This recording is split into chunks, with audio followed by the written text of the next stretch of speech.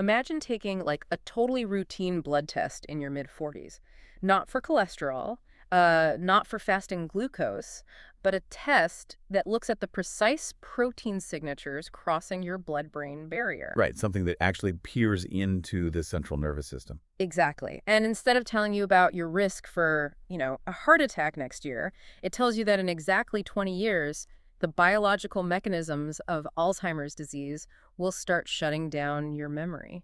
Which is just, I mean, it's terrifying, but also incredible. It is. And that technology, it's not science fiction anymore. It is literally sitting in clinical trials right now. And it completely upends how we view the whole timeline of human cognition. Yeah, because the time frame is really the entire game here. For the longest time, the therapeutic landscape for neurodegenerative diseases like Alzheimer's and Parkinson's, Yeah. it was just an intractable problem. We were basically trying to put out a fire after the house had already burned down. Right? That's the perfect way to put it. You're trying to save synapses that are already gone. Which brings us directly to our source material for today's deep dive. We are looking at a transcript from a recent, highly technical fireside debate. A really fascinating panel, yeah. Absolutely. The panel featured the primary architects of the neurodegenerative drug ecosystem. We're talking representatives from Eli Lilly, Roche, Harvard Medical School, top Canadian research universities, and Gates Ventures. Heavy hitters from across the entire board. Right. And our mission for you today is to extract the absolute bleeding edge consensus on how this field has just fundamentally transformed. So, okay, let's unpack this, because the foundational takeaway they established right up front is profound. And it really is a paradigm shift. It is. For the first time in medical history, we have moved past just, theoretical models. The scientific community actually has therapies that genuinely alter the trajectory of Alzheimer's disease. And, to really understand the magnitude of that shift, you have to look at the structural mechanics of how these drugs were actually developed behind the scenes. Right, because it wasn't just business as usual. No, not at all. Like 10 to 15 years ago, you had this deeply siloed ecosystem. You had basic research happening over here in academic university labs. And then you had big pharma operating in these entirely separate, heavily guarded corporate campuses. Right, like completely walled gardens. Exactly. And they rarely intersected until, a patent was finally ready to be sold. But today, those two worlds are intrinsically integrated. Because the old model of, a single brilliant chemist having a eureka moment behind closed doors, it just doesn't work for a disease this complex. It's impossible. The biology is too complicated for one person. Yeah. And the source material really outlines this ground-up restructuring of how data is generated and shared. Academics at institutions like Harvard are now routinely forming these massive sponsored research agreements with industry giants. They're doing it long before a drug is anywhere near clinical viability. Which makes sense, right? Well, the economics of it essentially demand that integration. Like, an academic lab might identify a brilliant new therapeutic target, say some specific enzymatic pathway, but they simply cannot fund the multi-million-dollar, multi-year phase 3 clinical trials. Oh, for sure. You need thousands of patients to prove safety and efficacy across diverse populations. Universities don't have that kind of cash lying around. Right. And the role of big pharma has evolved to match that exact reality. Companies like Roche and Lilly aren't just locking themselves in a lab to invent every single compound from scratch anymore. Yeah, the panel described them as operating almost like these vast scaling platforms. That's a great term for it. If you look at Roche's pipeline right now, a substantial percentage of their medicines actually originate outside their own walls. They provide the global infrastructure, right? The regulatory muscle, the capital to rigorously test innovations coming out of startups and university labs. Exactly.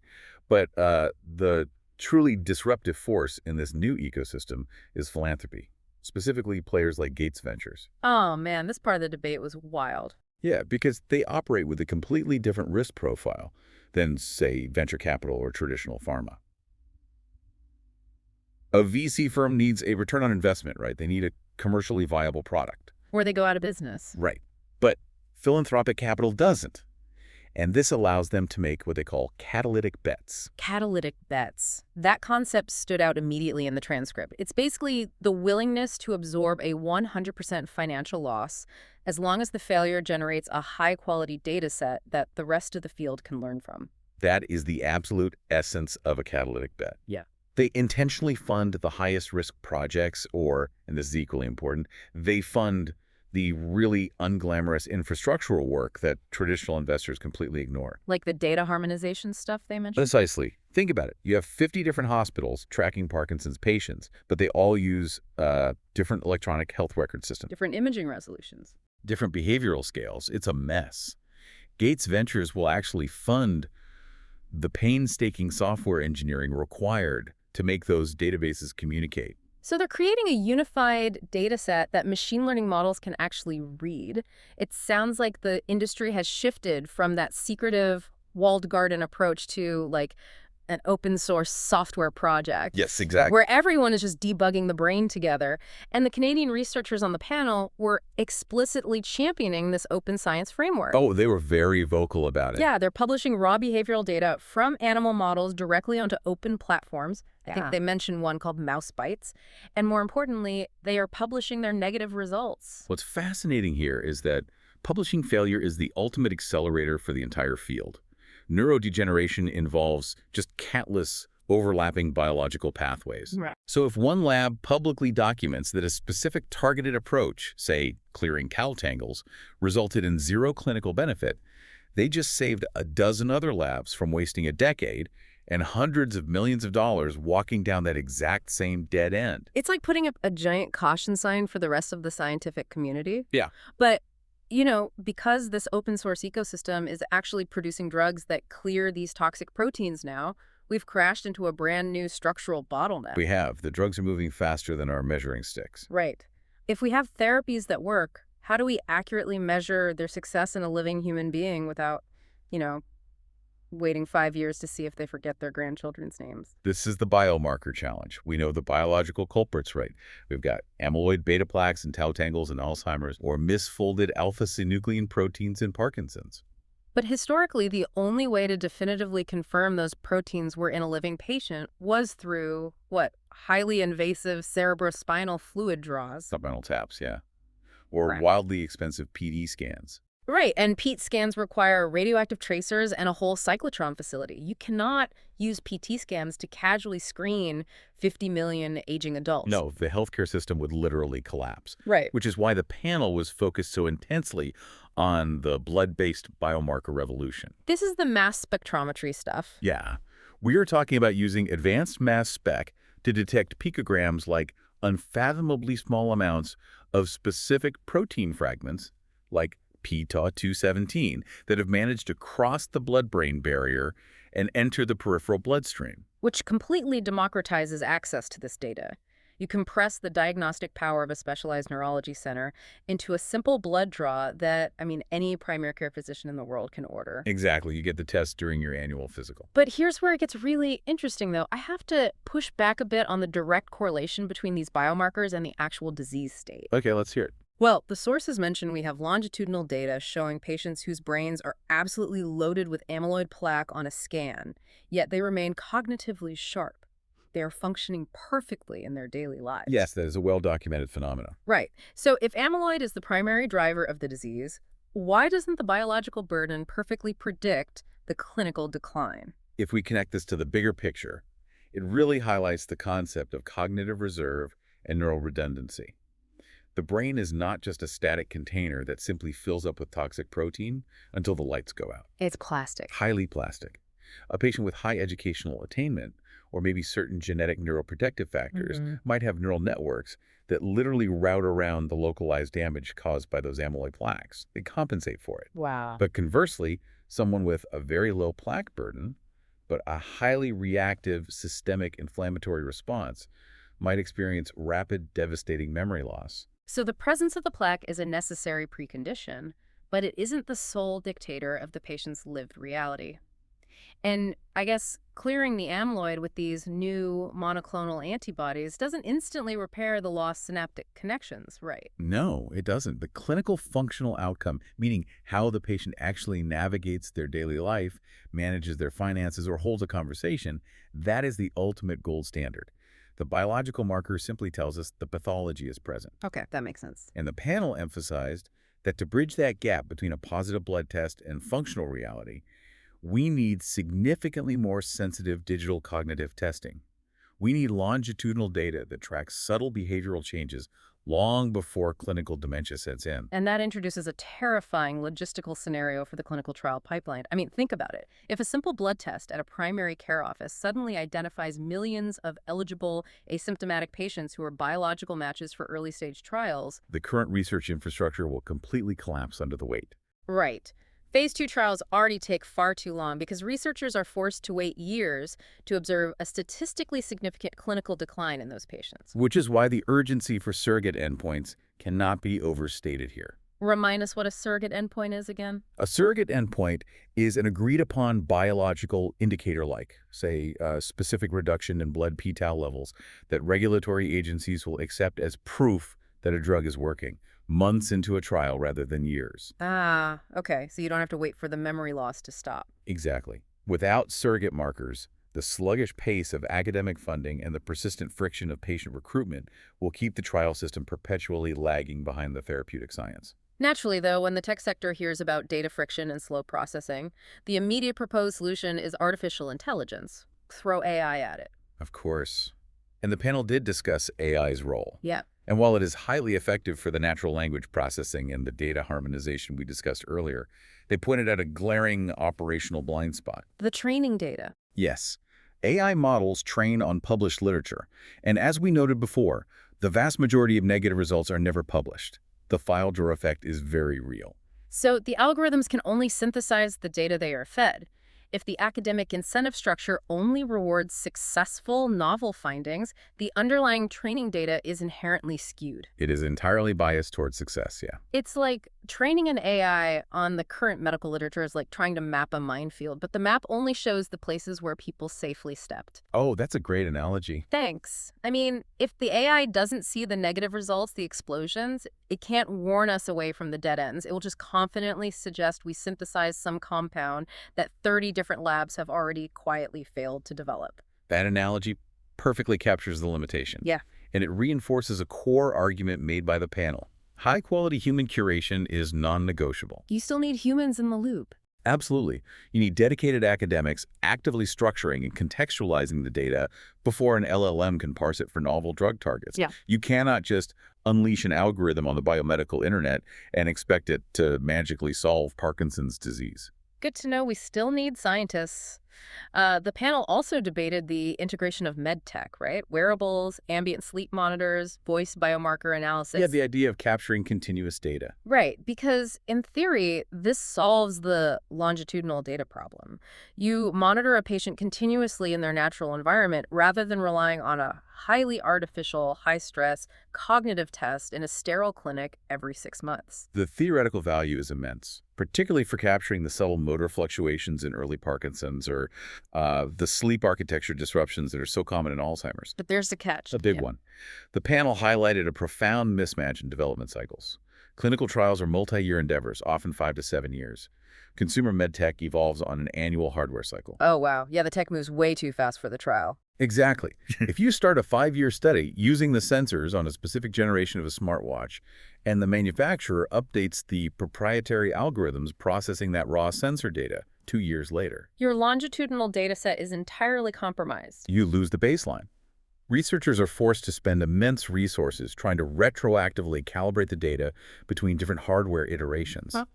And that introduces noise into trials that require extreme precision. That sounds like a nightmare. So to navigate all these infrastructural bottlenecks, the AI data gaps, the slow trials, the hardware mismatches, the panel detailed how the basic science of drug testing is adapting. Starting from the very beginning. Right, back in the preclinical models.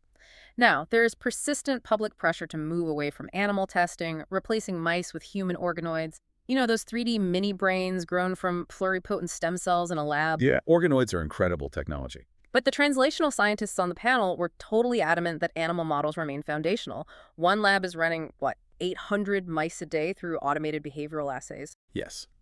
And the reliance on murine models mice comes down to the immune system. Organoids are amazing tools for studying cellular-level neurotoxicity or, direct synaptic interactions in isolation. But the brain doesn't exist in isolation. Exactly. Neurodegeneration is fundamentally an immunological crisis.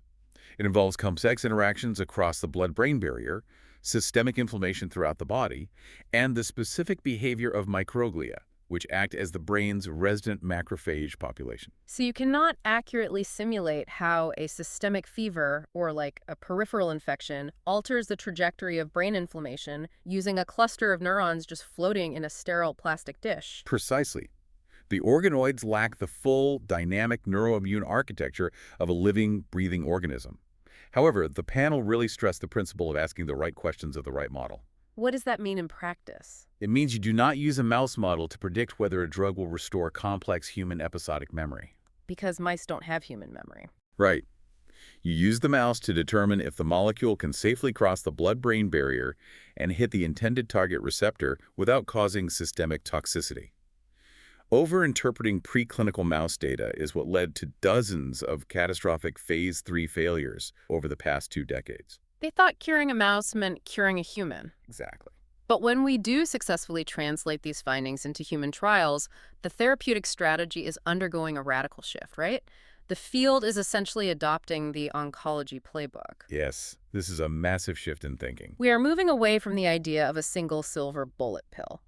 The consensus is that Alzheimer's and Parkinson's will be managed through complex combination therapies just like cancer. So what does this all mean? It means acknowledging that neurodegeneration is driven by multiple, cascading biological failures, all occurring simultaneously. It's not just one thing going wrong. Right.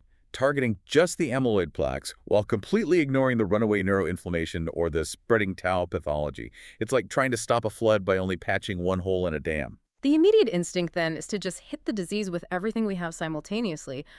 Why not administer a cocktail of 3 experimental drugs at the earliest sign of cognitive decline? Because of the rigorous calculus of pharmacological risk. Before you can ethically combine therapies, you must establish what's called an anchor therapy. An anchor therapy. Yes.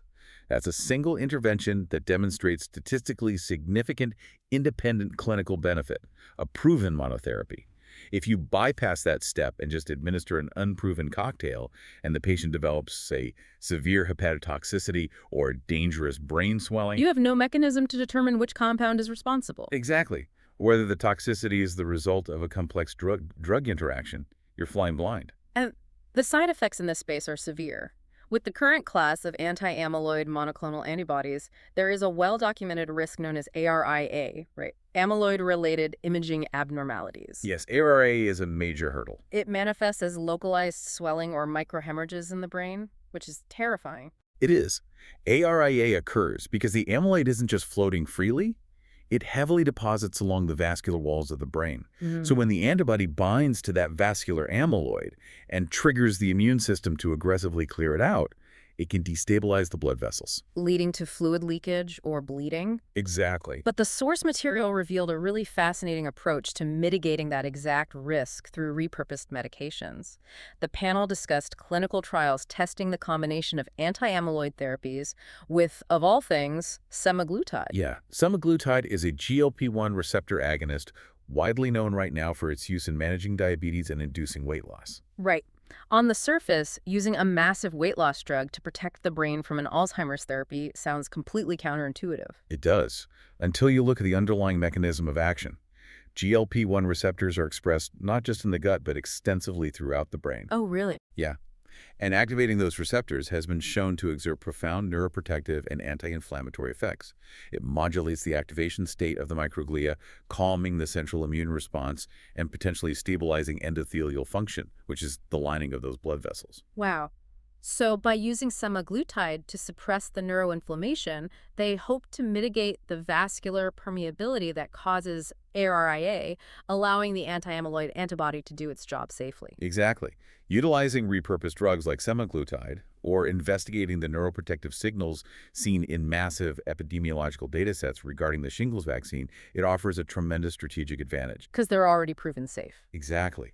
The safety profiles, the dosing tolerances, the systemic side effects of these compounds are already documented in millions of patients. It dramatically compresses the regulatory timeline compared to developing a novel anti-inflammatory compound totally from scratch. It is a brilliantly pragmatic approach. You anchor the treatment with the plaque-clearing antibody, and you shield the vascular system with a known GLP-1 agonist. Synthesizing the technical ground we've covered today, the shift is just undeniable. The momentum is incredible. It really is. The field has transitioned from an era of persistent clinical failure to an era of iterative mechanical progress. And this momentum is driven by open source data sharing, the diagnostic democratization of blood biomarkers, and the strategic pivot toward multi-pathway combination therapies. The scientific foundation is incredibly robust now. Yet, the panel did underscore one remaining logistical hurdle that threatens the pace of all this progress: Which is sustained patient engagement. Even with revolutionary biomarker screening, the funnel from initial interest to successful trial enrollment is incredibly narrow. because the criteria for these trials are aggressively specific, right? Very specific. So if a highly motivated patient undergoes blood screening and discovers they don't possess the exact protein ratio required for an early-stage tau trial, they're essentially rejected. And they just fall out of the clinical ecosystem entirely. Their data is lost. To combat that attrition, the panel proposed the development of persistent digital ecosystems, essentially describing like a specialized, secure social network for patients at risk of neurodegenerative disease. A platform that operates regardless of trial enrollment status. Precisely, a dedicated digital environment where patients are not treated merely as raw data points to be extracted when needed, but as active collaborators. Like a LinkedIn or Instagram, but for brain health. Exactly. They contribute longitudinal data through verified cognitive games, they receive secure updates on their biomarker status, and they stay educated on the emerging science. So when a trial that matches their specific biological profile does open up, You have a warm, highly characterized cohort ready to enroll on day one. it fundamentally changes the relationship between the researcher and the patient. But, looking at the trajectory of this entire deep dive. This raises an important question, one that extends beyond the mechanics of drug development and into the sociology of medicine. The timeline of detection. Exactly. As mass spectrometry improves and these blood-based biomarkers become as routine as an annual metabolic panel, we are approaching a reality where we can detect the biological onset of Alzheimer's pathology decades before the first clinical symptom. We are talking about identifying the accumulation of amyloid 20 years before a patient ever misplaces their keys or forgets a name. If we can predict the disease state 2 decades in advance, it will entirely reconfigure our psychological relationship with aging. The concept of normal aging will be fundamentally fractured. Well, you and I spend our entire 40s and 50s undergoing rigorous, potentially intensive medical interventions to treat a disease that we do not physically feel yet, purely to protect our cognitive function in our 70s and 80s. It looks like it. Yeah. We are transitioning from a model of late-stage crisis management to a model of multi-decade biological maintenance. And that requires a societal shift just as profound as the scientific one. It requires a completely new paradigm for how we value the future health of our own minds. We are no longer staring blindly at a black box diagnosis. No, we have the map now. We are mapping the exact molecular gears of the brain, and we are learning how to lubricate them decades before they ever begin to rust. To everyone listening, thank you for joining us on this deep dive. The science is moving faster than ever. Keep questioning the consensus, demand to know the mechanisms behind the headlines, and as always, stay curious.